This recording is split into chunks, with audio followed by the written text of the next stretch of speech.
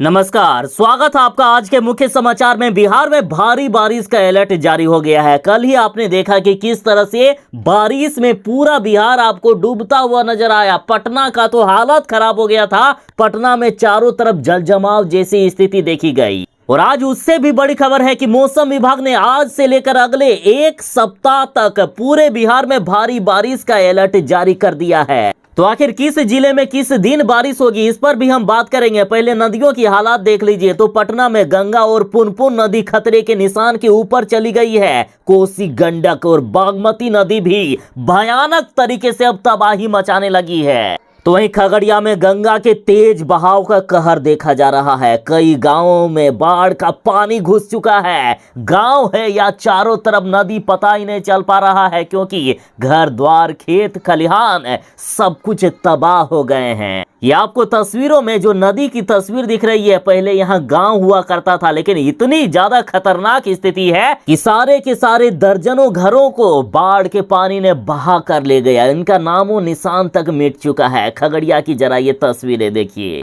तो वहीं उफान पर है कोसी नदी। नौहट्टा प्रखंड का जिला मुख्यालय से टूट चुका है संपर्क। जान जोखिम में डालकर नाव से आवागमन कर रहे हैं लोग। और पटना में इतने ज्यादा तैयारियां करने के बावजूद जिस तरह से जल जमाव देखा गया, इतनी खराब स्थिति देखी गई कि मुख्यमंत्री नीतीश कुमार जी खुद अचानक से उठकर निरीक्षण करने के लिए चले आए। मुख्यमंत्री जी ने अब ये मान लिया है कि अधिकारी काम नहीं करने वाले हैं, चाहे उनको कितना भी ज्यादा पैसा दे दे, कितने ही बजट हम पास कर दें, लेकिन कुछ काम नहीं होने वाला है। इसलिए नीतीश कुमार जी कभी अधिकारियों के सामने हाथ जोड़ने लगते हैं तो कभी उनके पैर पकड़ने को तक तैयार।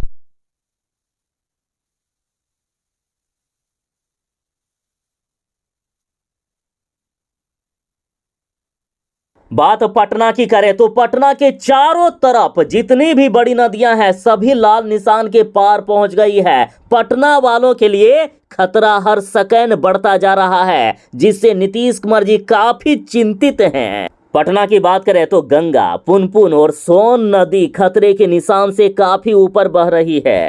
इतनी खराब और खतरनाक स्थिति को देखते हुए नगर निगम वुडको के अधिकारियों की छुट्टी सितंबर महीने तक रद्द कर दी गई है। जरा आप कुछ तस्वीरें देखिए। पटना की ये तस्वीरें हैं, किस तरह से सड़कों पर जल जमाव नजर आया, किस तरह से लोग मशक्कत करते हुए नजर आए। जरा ये सड़कों की तस्वीरें देखिए। रविवार को पाटलिपुत्रा स्थित रूबन अस्पताल सड़क पर भारी जल जमाव के बीच गुजरते वाहन की ये तस्वीर है। तो वहीं अस्पताल में मरीजों की क्या स्थिति है, जरा ये तस्वीरें देखिए। मरीजों को एक तरफ जहां ले जाने में परेशानी हो रही है और अस्पतालों में पानी घुस गया है, इमरजेंसी वार्ड में तक पानी घुस गया है। साथ ही अस्पतालों में सांप बिच्छू तक अब तैरने लगे हैं। और इतनी ज्यादा तैयारी और नीतीश कुमार जी के निर्देश देने के बावजूद जो खुले मैनहोल है उनके ढक्कन नहीं बंद किए गए और जल जमाव में नहीं दिख रहे हैं मैनहोल के ढक्कन, जिससे कई लोगों की जान जा चुकी है। और बिहार सरकार की जरा भ्रष्टाचारी तो देखिए। सेदपुर और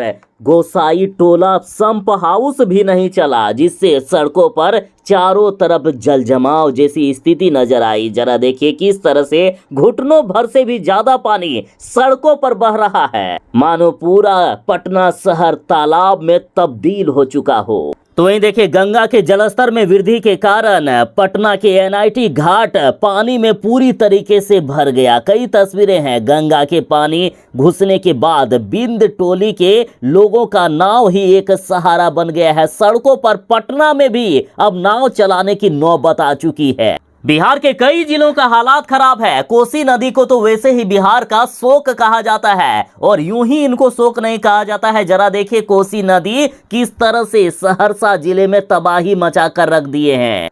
सहरसा के निचले इलाकों में बाढ़ का पानी इस कदर तबाही मचा दिए कि लोगों को अब घर द्वार छोड़कर पलायन करना पड़ रहा है। किसी ऊंचे स्थानों पर जाना पड़ रहा है। एक नाव ही इनका सहारा है। रास्तों पर अब नाव चलाने की नौबत आ चुकी है। तो वहीं कहीं अगर कुछ कम पानी है तो जरा ये तस्वीरें देखिए, आपको नजर ही नहीं आएगा कि किधर सड़क है। पूरी तरह से जलमग्न हो चुके हैं। कई इलाके लोगों के घर द्वार डूब चुके हैं। जरा खबर को विस्तार से देखिए तो बिहार में कोसी हर साल तबाही मचाती है। इस बार नेपाल की तराई में हो रही भारी बारिश के कारण कोसी नदी का जलस्तर काफी ज्यादा बढ़ गया है। इससे सहरसा में बाढ़ जैसे हालात उत्पन्न हो गए। नौहट्टा प्रखंड के केदली गांव जाने वाली मुख्य सड़क, जो प्रखंड मुख्यालय, जिला मुख्यालय या बाजार जाने वाली एकमात्र सड़क थी, इस पर पानी भर गया है, जिससे लोगों को काफी परेशानी हो रही है। सड़क पर कहीं कमर भर तो कहीं आदमी पूरा का पूरा डूब जाए, इतना ज्यादा पानी है। तो वहीं दर्जनों गांवों में बाढ़ का पानी लोगों के घरों में घुस गया है। ग्रामीणों को काफी ज्यादा दिक्कतों का सामना करना पड़ रहा है। और देखिए, बाढ़ पीड़ित मदन ठाकुर जी से जब मीडिया ने बात की तो इन्होंने कहा कि पानी इतना ज्यादा बढ़ गया है कि आने जाने में काफी परेशानी हो रही है। हमें नाव से जाना पड़ता है, जाल माल को काफी दिक्कत हो रही है। पालतू जानवरों को खिलाने के लिए कुछ बचा ही नहीं है। घास भूसा की कमी हो गई है। चौकी पर यदि हम जो है वो चौकी पर किसी तरह से अपनी जान बचाए हुए हैं, क्योंकि पूरे घर में पानी फैला हुआ है। और यदि कहीं ज्यादा पानी है तो एक चौकी के ऊपर खटिया बिछाकर किसी तरह अपने बाल बच्चों को जिंदा रखे हुए हैं। इतनी ज्यादा खतरनाक स्थिति है, सोचिए। और इतनी खतरनाक या दयनीय स्थिति के बावजूद मदन ठाकुर ने कहा कि जिला प्रशासन या सरकार की तरफ से कोई भी मदद नहीं मिल रही है, कोई देखने तक नहीं आता है हमें। जरा बाढ़ पीड़ितों की ये तस्वीरें देखें कि किस तरह से घर का जो भी जरूरी सामान है उसको लेकर पलायन करने को मजबूर हो गए हैं। किसी ऊंचे स्थानों पर जाकर गुजर बसर करने को मजबूर हो गए हैं। और हर साल बिहार सरकार की नौटंकी के कारण बिहार वालों को यह दर्द झेलना पड़ता है। एक तरफ जहां नीतीश कुमार जी और तेजस्वी यादव बड़े बड़े दावे करते हैं, लेकिन जहां बाढ़ पीड़ितों की बात हो गई तो यहां आखिर मौन क्यों हो जाते हैं आप लोग साहब? मतलब बिहार के इन नेताओं ने तय कर रखा है कि बाढ़ में जनता को परेशान करना है। बाढ़ पीड़ित यदि परेशान नहीं होंगे तो हमारी मोटी कमाई कहां से होगी? या आप ही सोचिए ना, बिहार के पास इतना ज्यादा पैसा है कि बिहार में जगह जगह पर मेट्रो बनने लगे हैं। ऐसे ऐसे काम बिहार में हुए हैं जो देश के दूसरे राज्य सोच भी नहीं पाते हैं। तो क्या बाढ़ की समस्या बिहार में खत्म नहीं कर सकते? लेकिन ये नेता लोगों की चापलूसी है। और जनता जब तक इन नेताओं को सबक नहीं सिखाएगी, ये नेता लोग नहीं सुधरने वाले हैं। ऐसे ही आप सभी को परेशान करते रहेंगे ये। आगे देखिए, यहीं के ग्रामीण मीना देवी ने कहा है कि घर आंगन चारों तरफ बस पानी ही पानी फैला हुआ है। घर में चूल्हा तक नहीं जल पा रहा है। खाने पीने की समस्या पैदा हो गई है। मीना देवी ने प्रशासन से राहत की मांग की है। तो वहीं ग्रामीण शिवा देवी ने कहा है कि कोसी का पानी इतना ज्यादा फैल गया कि मवेशियों को दिन रात खड़े रहना पड़ता है। यदि वे बैठ जाएंगे तो डूब जाएंगे। घास फूस तक नहीं है, अपने खाने के लिए ठिकाना नहीं है, तो आखिर मवेशियों को कहां से हम खिलाएंगे? और घर में चारों तरफ पानी फैला हुआ है, दरवाजे पर पानी है, घर में हम कैद हो चुके हैं, तो आखिर हम कैसे लाएंगे मवेशियों के लिए खाना? तो वहीं कुछ ये तस्वीरें देखिए, ये सहरसा की ही तस्वीरें हैं। आपको कहीं रोड नजर आ रहा है? चारों तरफ बस पानी ही पानी फैला हुआ है। यदि जरा से इधर से उधर कदम हुआ तो या तो तालाब में डूबोगे या नदी में डूबोगे। मतलब संभल कर चलना होगा रास्तों पर। बिहार के सभी जिलों में परेशानी बढ़ गई है। खगड़िया की बात करें तो खगड़िया में गंगा नदी के तेज बहाव का कहर देखा गया। कई गांवों में बाढ़ का पानी घुस गया है। कई गांव जलमग्न हो चुके हैं। देखिए, बिहार के खगड़िया जिले में गंगा के बड़े जलस्तर के कारण निचले इलाकों में कोहराम मचा हुआ है। परबत्ता प्रखंड के जोरावरपुरा पंचायत में छोटा रिंग बांध को ओवर टॉप कर गंगा का पानी 2 दर्जन परिवार वाला गांव को जलमग्न कर चुका है। और जो आपको ये तस्वीर दिख रही है, यहाँ कभी घर हुआ करते थे, दर्जनों यहाँ घर हुआ करते थे, लेकिन सारे के सारे विलीन हो चुके हैं। पता ही नहीं चल पा रहा है कि यहाँ कभी घर भी हुआ करता होगा। हालात इतनी डरावनी हो गई है कि बांध पर रखे बोरों से भी अब रिसाव शुरू हो गया है। जरा देखिए, इस बांध को बनाया गया है किसी तरह से बोरे से, लेकिन कब ये बांध टूट जाएगा और कितने एकड़ में फसलों को बर्बाद करेगा, कितने घरों को तबाह करेगा, इसका भी डर लोगों को सता रहा है। अधिकतर जो बांध बनाए गए हैं वहां के बोरों में रिसाव शुरू हो गया है। फिर कुछ घंटे के बाद पूरा बोरा गंगा में तेज बहाव के कारण बह जाता है। इस तरह की समस्या उत्पन्न हो गई है।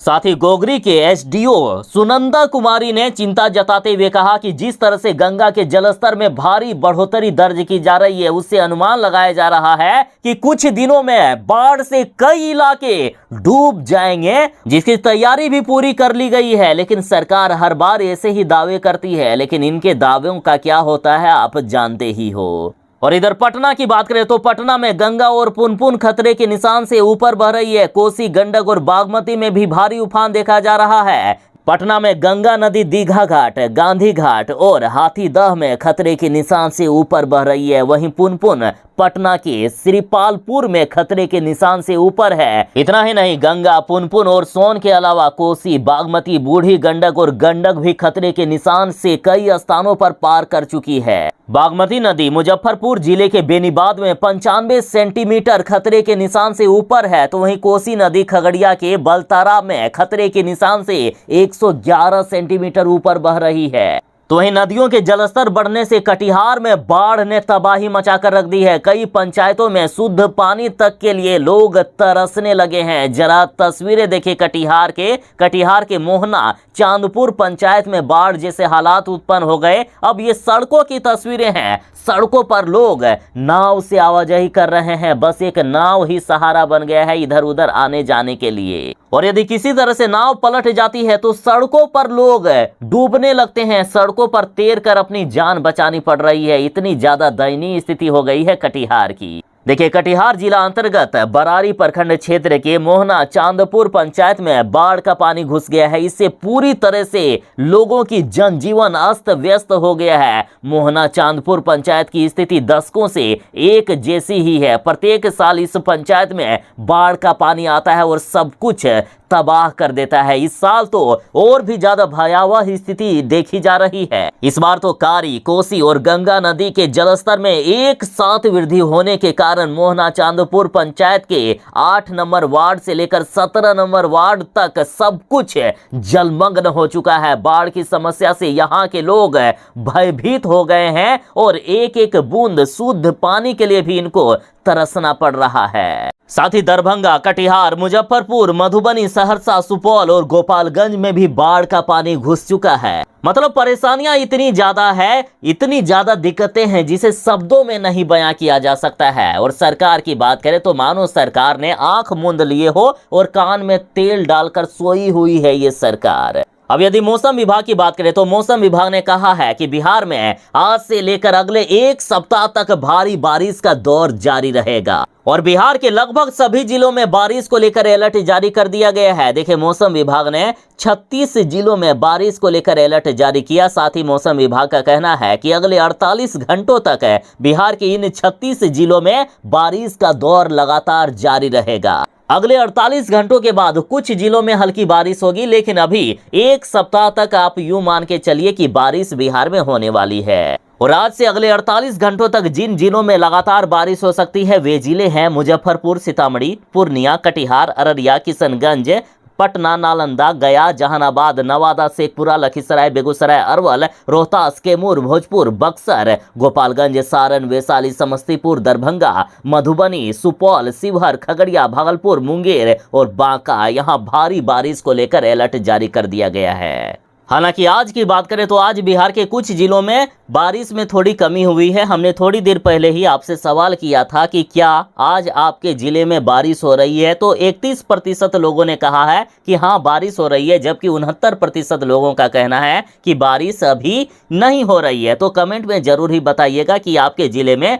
मौसम का हाल कैसा है। तो ये थे फिलहाल तक की एक बड़ी खबर। और हाँ, वीडियो अच्छी लगी हो तो वीडियो को लाइक करके ज़्यादा से ज़्यादा शेयर जरूर ही कर दीजिएगा। बाकी इस पूरी रिपोर्ट के बारे में आपका क्या कहना है कमेंट में जरूर ही बताएं। जो चैनल पर नए हैं चैनल को सब्सक्राइब जरूर ही कर लीजिएगा। चलिए मिलते हैं बस थोड़ी ही देर में नई खबरों के साथ, नई अपडेट के साथ। तब तक के लिए दीजिए इजाज़त। बाय। जय हिंद, भारत माता की जय।